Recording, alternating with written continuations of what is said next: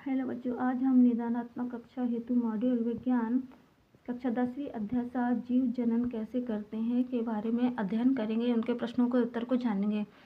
तो ये कुछ पोर्शन है बच्चों जिसको आपको बहुत अच्छे से पढ़ना है और समझना है। इसके बाद ही इसके क्वेश्चंस के जो ये प्रश्नों के हैं उसके आंसर देने हैं। तो बच्चों ये बुक जो है परीक्षा की दृष्टि से बहुत ही महत्वपूर्ण है और इसमें जो प्रश्न दिए गए हैं वो भी बहुत ही महत्वपूर्ण है परीक्षा की दृष्टि से। और परीक्षाएं नज़दीक आ रही हैं तो आपको इनका बहुत अच्छे से अध्ययन करना होगा अच्छे नंबर लाने के लिए परीक्षा में। तो चलिए शुरू करते।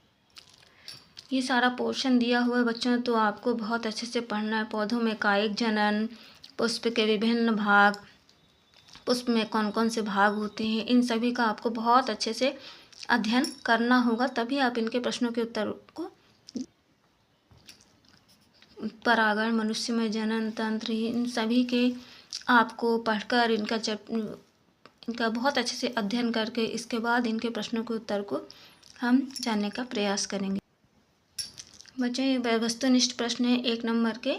तो चलिए शुरू करते हैं। पहला देखते हैं, अलैंगिक जनन मुकुलन द्वारा होता है, तो इसका ब ऑप्शन ईस्ट में सही होगा। दूसरा, निम्न में से कौन मानव में मादा जनन तंत्र का भाग नहीं है, तो शुक्र वाहिका जो है वो मादा जनन तंत्र का भाग नहीं है। तीसरा, पराग कोश में होते हैं, तो इसका द ऑप्शन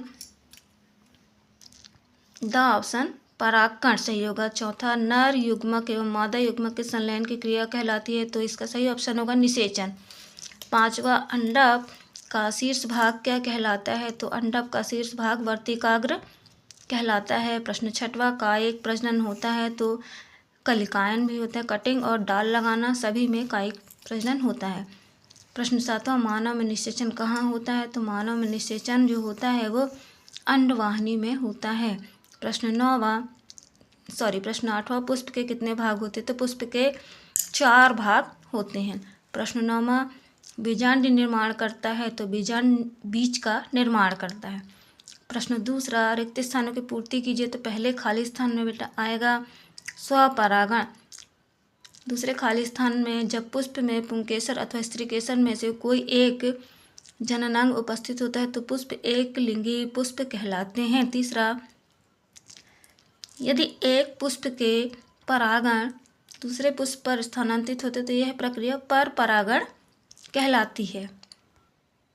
चौथा है, किसी पौधे के बीज से भावी जड़ का निर्माण मूलांकुर भाग से होता है। पांचवा, किसी पौधे के बीज से भावी तने का निर्माण प्रांकुर भाग से होता है। छठवां, मनुष्य के शरीर में शुक्राणु का निर्माण वृषण में होता है। सातवां, मनुष्य के शरीर में अंडाणु का निर्माण अंडाशय में होता है। आठवां, भ्रूण को माँ के रुधिर से पोषण प्लेसेंटा नामक संरचना से प्राप्त होता है। प्रश्न तीसरा, सही जोड़ी मिलाइए, तो पहला है कॉपर एंटी, तो जो कॉपर एंटी होती है गर्भधारण रोकने हेतु होती है। दूसरा, हाइड्रा, इसमें मुकुलन द्वारा होता है। तीसरा, वृषण कोष, तो ये वृषण कोष शुक्राणु उत्पादन के लिए होता है। प्लेसेंटा मादा में होता है।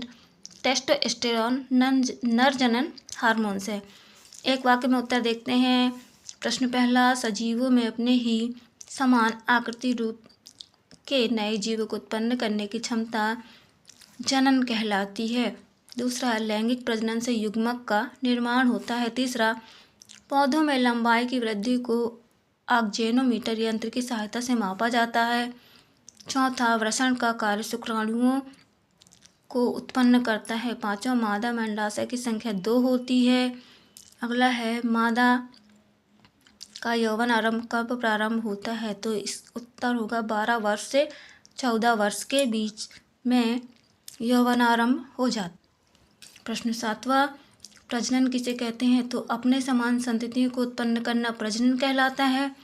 प्रश्न आठवां, अलैंगिक प्रजनन का एक उदाहरण दीजिए, तो ब्रायोफिलम में कलिकायन ये उदाहरण है। 9वां, नर में वृषण की संख्या कितनी होती है, तो नर में वृषण की संख्या 2 होती है। प्रश्न 10वां, मादा के अंडाणुओं का निर्माण कहाँ होता है, तो अंडाशय में मादा के अंडाणुओं का मादा में निर्माण होता है। प्रश्न 11वां, डीएनए का पूरा नाम क्या है, तो डीएनए का पूरा नाम डीऑक्सीराइबो न्यूक्लिक अम्ल है। बार बार हाइड्रा में प्रजनन किस विधि के द्वारा होता है? तो हाइड्रा में प्रजनन मुकुलन विधि के द्वारा होता है। बच्चों, अगले वीडियो में हम इनके प्रश्नों के उत्तर को जानेंगे। तो इसके लिए आप वीडियो को लाइक करें और मेरे चैनल को सब्सक्राइब करें। Thanks for watching.